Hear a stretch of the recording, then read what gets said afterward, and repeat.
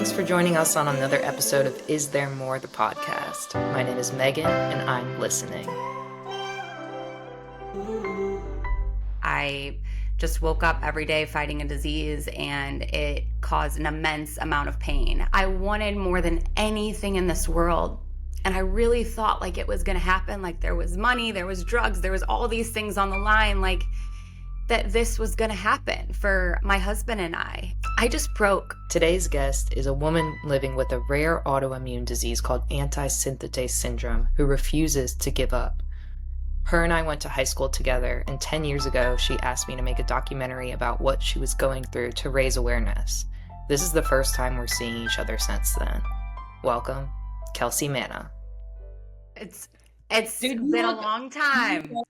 It has been a long time. I feel like a decade almost. It has been 10 years, but you haven't aged a day. You're still sharing your story. I know, people say that this is like the comeback 2.0. What was it then and what is it now? So I have a rare autoimmune disease. It's called anti-synthetase syndrome and mixed connective tissue disease. And about 10 years ago, the onset came on in 2014, and the disease came on very rough. It attacked my joints, my muscles, all the different organs in my body, my lungs, and I had to relearn how to walk like 7 times in that time frame from 2014 to about 2017 is when I started getting better. So the disease, it came on like very aggressive, always has come on very aggressive.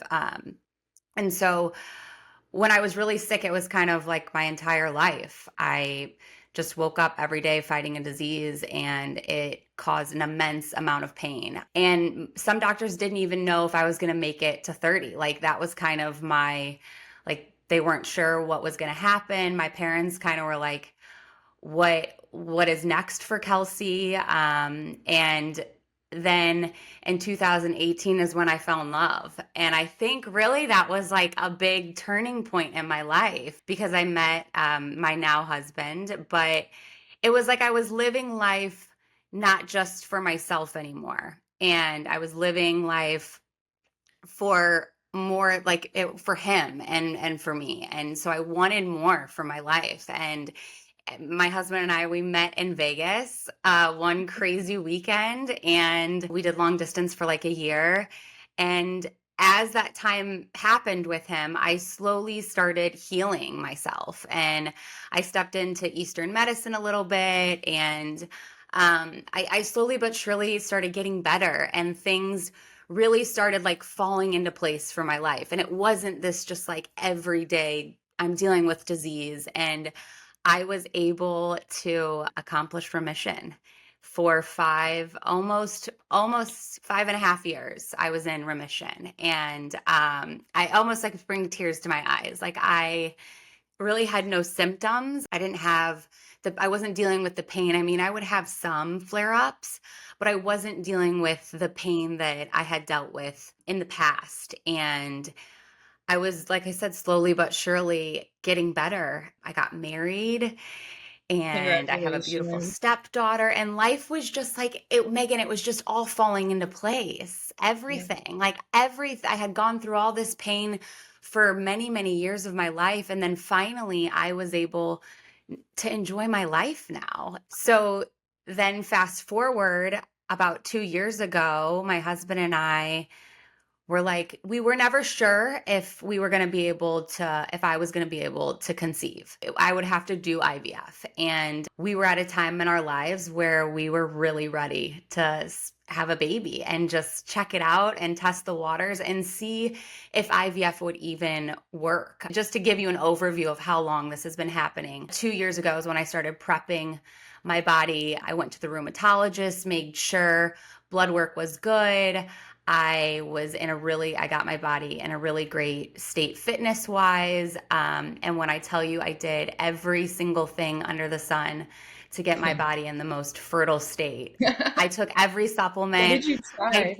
every crystal. I mean, I was doing everything. And my husband and I achieved creating embryos. And Yes, we created 3 perfect embryos, and we were ready. We were really ready to get pregnant. And so I had just recently moved to Florida from Denver, and we bought our first house, and Congratulations we on were that. like, we had this, this big house. We were going to fill it with babies. And in October, I got sick.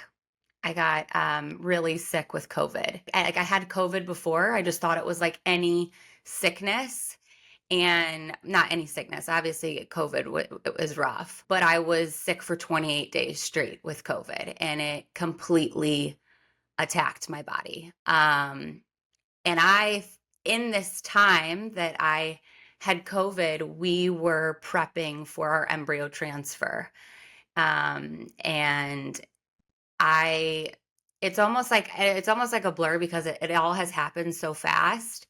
Um, but we were in the middle of IVF. I got sick with COVID.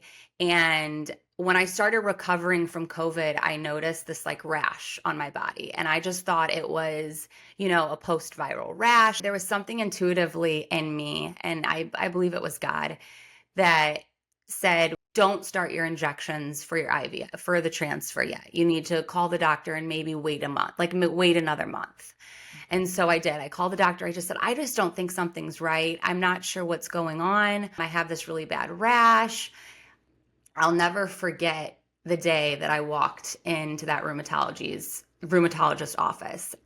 It's going to be hard to talk about, but it was really hard because I wanted more than anything in this world.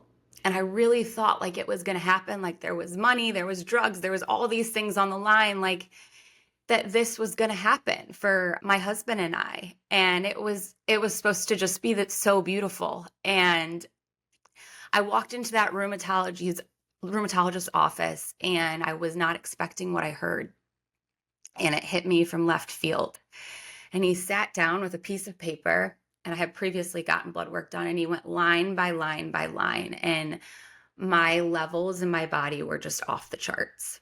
And he looked me dead in my eyes and he said, you're not cleared for pregnancy, and we need the disease is active and aggressive, and we need to start treatments immediately. And I think in that moment, I just broke. I broke because it was like, it almost clicked then, because I said, so you're telling me that the disease is back? And he looked at me and he said, and this weird face, and he goes, Kelsie, it never went away. You were just in remission. Like the disease the autoimmune disease never goes away. You're just in remission from it. And that's when it hit me like, wow, I this is happening again. And from there, it was hard. I live in a small town in Florida. So this rheumatology's office was an hour away. So I had an hour drive home, and I didn't even go home. I just went straight to the beach. I went straight to the beach, and I had a really long talk with God about like what just happened. Like I just blinked and my whole life changed. And that's the funny thing about life, is like you think that you have a plan and you think it's going to go this like certain way, and it doesn't. It doesn't. Your plan doesn't always work out, and that's okay, because there's always a new plan. And so in the last 5 months, the disease came on very aggressive, and I went from doing CrossFit to my husband getting me dressed and in and out of the shower, and I was in so much pain. The disease in just that amount of time attacked my joints, my muscles, my skin, I mean, it was horrible. And it was a living hell. And I've had to start treatments again and find the light in just a really dark situation. And in that time, also nurture my broken heart with what I thought was and is not. And um just like navigating life. But I think that there's a lot of bad things that happen to a lot of people. And I've always been very vulnerable about my story and what I have gone through, and especially not only with like autoimmune, but infertility. And in sharing that, I I feel like it's helped me a lot, and it's helped me in the process of healing, you know? Yeah. So that's kind of where I'm at in life. Hey, let me see if I got all that. Let me try to summarize what you just said. So, back in 2014, you're diagnosed with a rare autoimmune disease, and it came on really, really strong. And Yes. in 2015, I remember, is when you were in and out of the hospital. You had to relearn to walk 7 times. Yes. And then, it was really difficult, but in 2018, you fell in love and you met Brandon, and you like really started to turn your life around. You started to get better all of a sudden and heal over Mhm. time. And all you wanted was to have kids. Like, you wanted to have babies with him, and you bought a house in Florida and you wanted to fill it with kids. And so you figured out a way to do that with, IVF and whatever stuff you had to go through, which I'm sure was a whole thing. But you figured out how to do it, and you created 3 beautiful embryos, Yeah. and you were like so ready to have these kids. And then in October of this past year, Mhm. got really sick with COVID. Mhm. For 28 straight days, you were sick. And that brought you back to the hospital, where you had this rash on your skin. You kind of intuitively knew something might be happening, so you were like, let's go see. And then you found out that your disease came back on, and all this time you thought you were healed and you were good to go, and your life was like, wow, I can live again. But Just days then, away from my dream. Ugh. right, days away, and then you find out, no, you're back. Like, your disease is onset again, and the big thing for you was like, it never went away. You were in remission, Right. and this whole time you thought you're good to go, and all of a sudden the doctor kind of like was like, no, it was just in remission, and you were like, wait, what? So it's back. So that obviously was devastating, but you went to the beach straight away when you got the news, He did. and you had a long talk with God. And as always, you stood up and you fought, and you said, okay, God has a plan. Maybe it's not my original plan, but it's a new plan. Mhm. And people go through things every day, and I'm gonna get through this, basically. What has helped me so much is this phone call that I had with the IVF doctor, when I had to call them and tell them I'm sick again, and IVF, I don't know if I will be able to do IVF in the near future. I I don't know what this looks like. Yeah. And that conversation with the doctor, it just gave me so much hope. And it's really a truly a reminder of how other people can instill hope in you when you need it the most. And she said to me, Kelsie, your embryos were created before all this happened. And when your body is ready, it will be the perfect time to get pregnant. And I think that just like hit me, because I needed to hear that there was still hope, and that my dream was not ruined. It was just going to be a path that looks different. And it might not happen now, but it doesn't mean it's never going to happen. And I think that really just helped me, that word of advice that I got from her in such a really, really hard time.